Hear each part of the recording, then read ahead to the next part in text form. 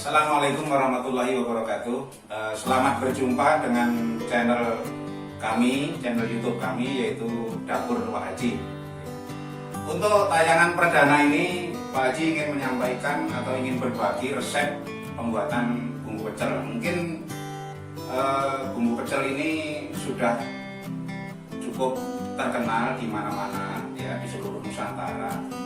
Namun sesuai dengan pengalaman saya sendiri, yaitu ingin membagikan kepada para pemirsa, ya, untuk bisa diikuti atau menjadikan motivasi atau inspirasi sebagai usaha baru, ya, karena ini pengalaman Pak Haji sudah selama 10 tahun berjualan nasi pecel. Alhamdulillah sampai dengan sekarang ini lancar. Untuk itu Pak Haji ingin menyampaikan atau ingin berbagi kepada para penonton semuanya cara membuat pecel secara real. Jadi apa yang ada kita di sini ini adalah apa yang kita lakukan selama ini, sehingga tidak ada yang kita kurangi, dan memang ini adalah satu resep yang selama ini kita lakukan. Untuk itu sebelum kita lanjutkan video ini, mohon komentarnya dan subscribe-nya untuk lebih mempererat lah, ya, video ini antara kami dan mungkin para penonton semuanya. Untuk selanjutnya Pak Haji ingin menyampaikan yaitu mengenai bahan-bahan yang diperlukan. Ya, pada prinsipnya secara umum bumbu pecel itu adalah sama, baik dari daerah manapun, khususnya di Jawa Timur, yaitu baik dari Blitar, Kediri, Tulungagung, ini semuanya ini sebenarnya sama. Hanya komposisi dari jumlah inilah yang yang bisa menentukan rasa nikmat dan rasa yang enak dari bumbu pecel itu sendiri. Sehingga ini adalah suatu pengalaman mengenai komposisi daripada bumbu pecel yang kita akan buat ini. Ya, yang pertama adalah ini, tolong diperhatikan masalah jumlahnya ini. Untuk kalau mencoba ini tidak dikurangi dan juga tidak dilebihin. Karena apa? Karena ini sudah teruji selama 10 tahun bahwa ini hasilnya ini sangat enak sekali. Ya. Yang pertama adalah kacang. Ya. Kacang tanah ini sebanyak 2 kg. Ya. Kacang tanah sebanyak 2 kg. Yang kedua adalah lombok. Nah, lombok ini kita pakai 2 macam, yaitu lombok rawit dan lombok merah besar. Ini jumlahnya setengah kilogram. Totalnya jumlahnya ini adalah 1 kilogram. Nah, ini akan menghasilkan rasa yang pedasnya ya agak sedang lah. Nah, untuk masalah lombok ini, ya, saya sampaikan bahwa untuk masalah lombok ini sebenarnya tergantung daripada selera atau rencana apa yang kita buat. Seandainya ingin membuat sangat pedas atau super pedas, ini tidak perlu lombok besar ini, tidak perlu lombok besar. Cukup semua lombok kecil asalkan jumlahnya tetap 1 kilo, ya. Nah, kalau menginginkan bumbu pecelnya ini nanti rasanya tidak pedas sama sekali, ini tidak usah menggunakan rawit, tapi cukup menggunakan lombok besar saja semuanya. Tapi untuk khusus pembuatan yang tidak pedas, 1 kilogram lombok besar ini akan dibuang kulitnya dulu, atau dibuang, maksud saya adalah dibuang isinya dulu. Nah, yang penting adalah keinginan kita untuk membuat rasa pedasnya yang sebagaimana, ya, sesuai dengan selera kita, asalkan jumlahnya ini tetap 1 kilogram. Yang ketiga adalah gula merah. Ya, gula merah ini jumlahnya 1 kilogram. Ya, gula merah 1 kilogram.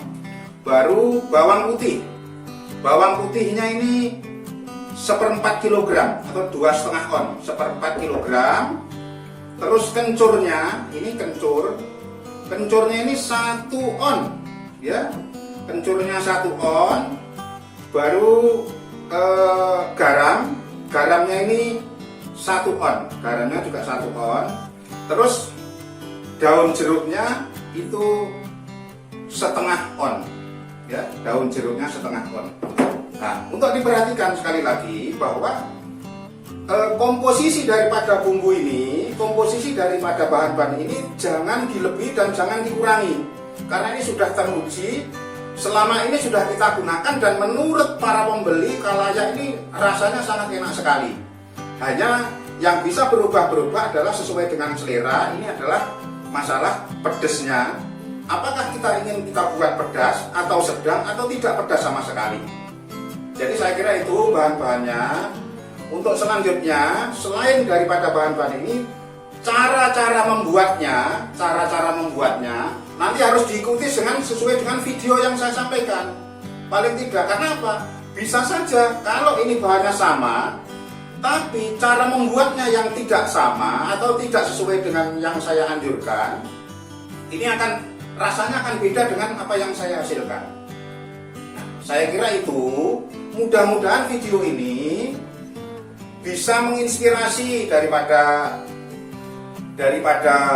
saudara-saudara yang menonton video ini untuk dijadikan semacam mungkin usaha keluarga atau juga para remaja-remaja untuk bisa industri-industri kecil. Nanti tinggal cara pengemasannya yang dikemas secara modern. Tapi yang jelas bahwa bumbu pecel ini sudah nasional, bukan lagi nasional, sudah ke seluruh banyak negara-negara yang ada TKW-nya dan lain sebagainya, itu pasti mengenal bumbu pecel ini. Nah, saya kira itu mohon untuk selanjutnya diperhatikan mengenai cara pembuatannya. Nah, yang pertama yaitu kacang.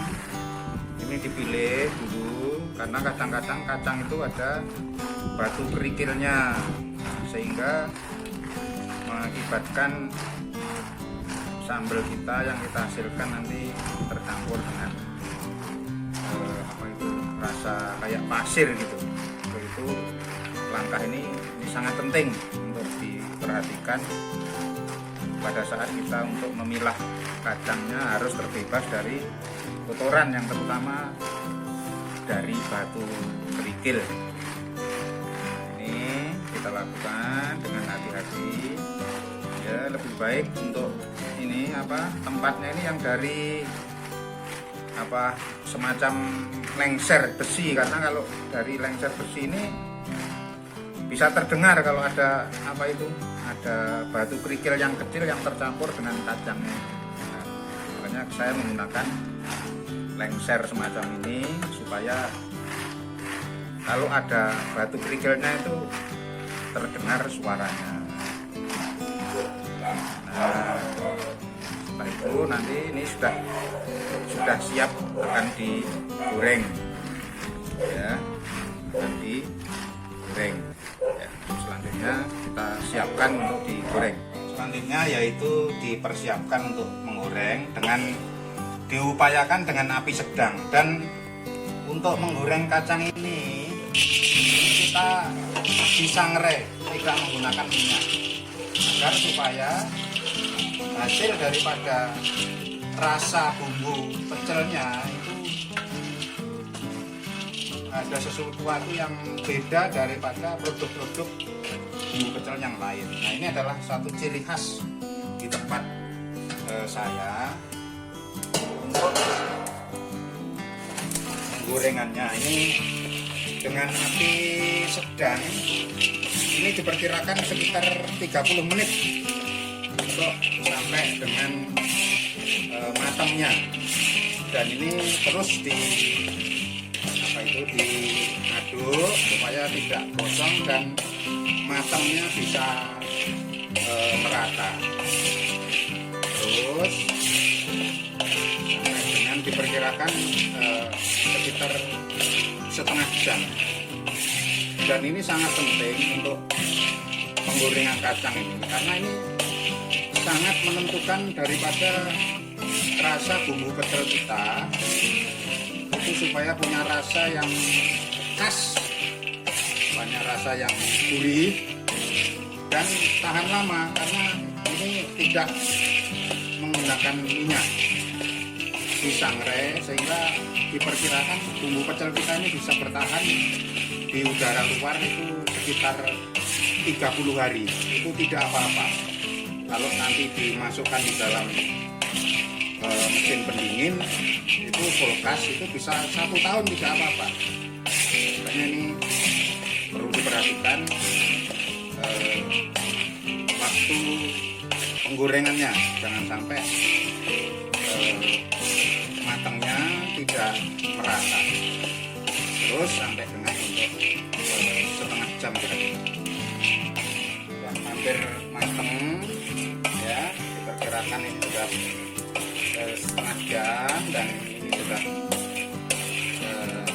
sebentar lagi kita matikan kompornya ya, sambil terus diaduk supaya tidak gosong.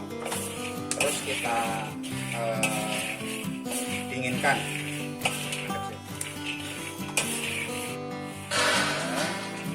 Kita taruh di lengser dan kita dinginkan, karena nanti setelah dingin ini kita kita remet-remet apa itu kita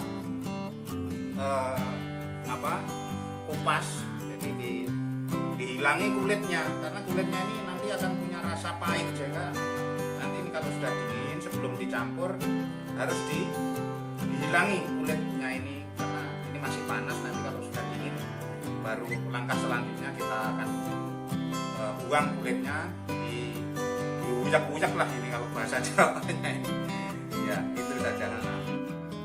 Untuk tahap berikutnya yaitu lombok ya, lombok besar, lombok kecil dan bawang putihnya ini kita jadikan satu, ditambah dengan kencur ya, ditambah dengan kencurnya dimasukkan, dijadikan satu, terus kita goreng. Nanti kita goreng ya, tapi sebelumnya ini dicuci dulu. Selanjutnya kita persiapkan untuk wajannya dan minyaknya dengan api sedang saja. Terus kita goreng, yaitu lombok besar, lomboknya dan bawang putih serta kencur kita masukkan, digoreng sampai mateng. Dan untuk daun jeruknya nanti kita goreng sendiri, karena untuk daun jeruk itu tidak perlu waktu yang lama, sehingga kalau nanti diikutkan bersama-sama di sini nanti akan gosong, jadi tidak matangnya tidak sama. Sehingga yang pertama yaitu yang kita goreng yaitu lombok besar, lomboknya atau bawang putihnya dan kencurnya saja. Ini digoreng sampai dengan bawang putihnya mateng, terus lombok-lomboknya ini layu. Ini agar supaya apa? Agar supaya kualitas daripada sambal kita ini dari barang yang mateng ya, sehingga ini akan tahan lama dan tidak jamur. Makanya ini ya perlu diperhatikan untuk masalah gorengnya ini harus betul-betul matang, tapi juga tidak boleh terlalu gosong ya. Jadi yang penting layu dan bawang putihnya ini juga matang semuanya. Kita goreng, kita tunggu sampai dengan matang. Setelah itu nanti kita akan goreng tersendiri yaitu daun jeruk. Ini yang kita goreng ini mateng ya, ini lomboknya sudah layu, terus bawang putihnya juga sudah mateng. Kita angkat ya,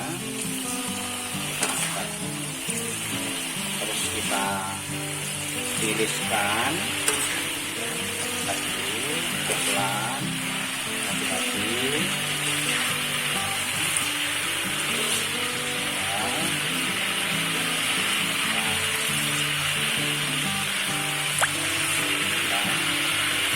Tiriskan dulu.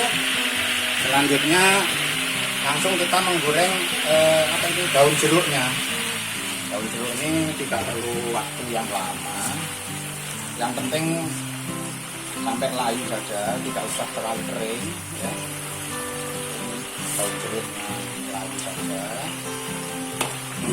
Terus kita aduk supaya matangnya merata. Ini tidak perlu waktu lama, ini sebentar saja.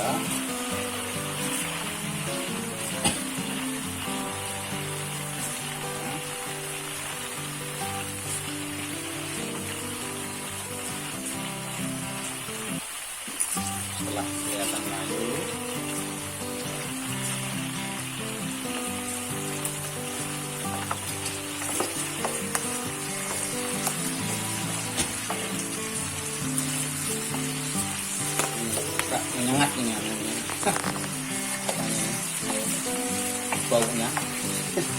Ciri khasnya pecel ini ya daun jeruknya ini yang bikin nikmat, yang bikin rasa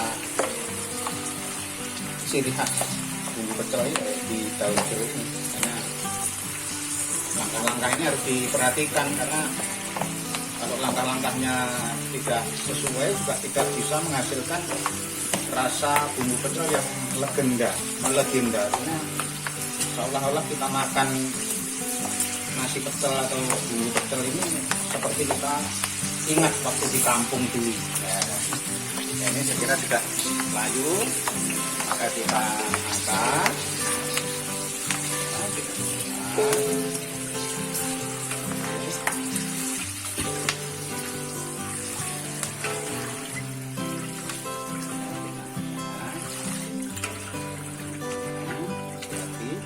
Panas semua ini karena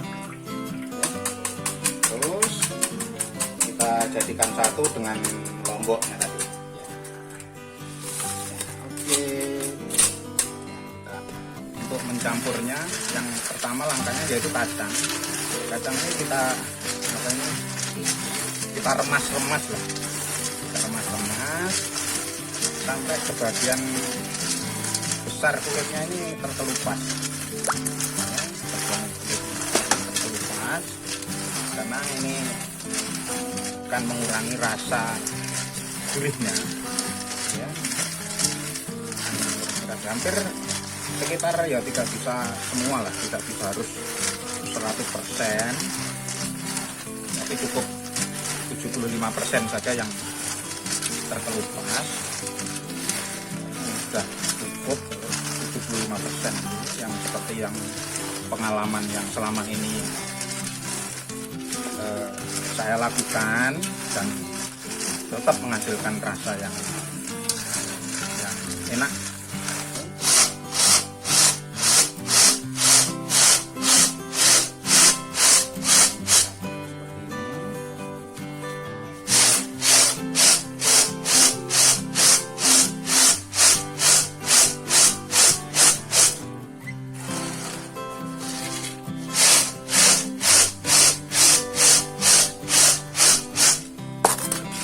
Sekitar 75% sudah tidak ada masalah, tidak usah 100%. Oke, untuk selanjutnya kita akan campurkan. Ya, ini lombok dan yang sudah kita goreng dengan kita campurkan dengan yang lainnya. Yang pertama kita masukkan adalah gula merah. Gula merahnya kita masukkan. Ya, kalau biasanya kita beli di pasar itu gula merahnya masih besar-besar, ini harus kita cacah dulu ya. Kita cacah dulu ya. Setelah itu garam yang sudah kita persiapkan kita masukkan ya. Lalu kacangnya yang masukkan yang sudah kita. Ini namanya kalau Jawanya dipirici ya.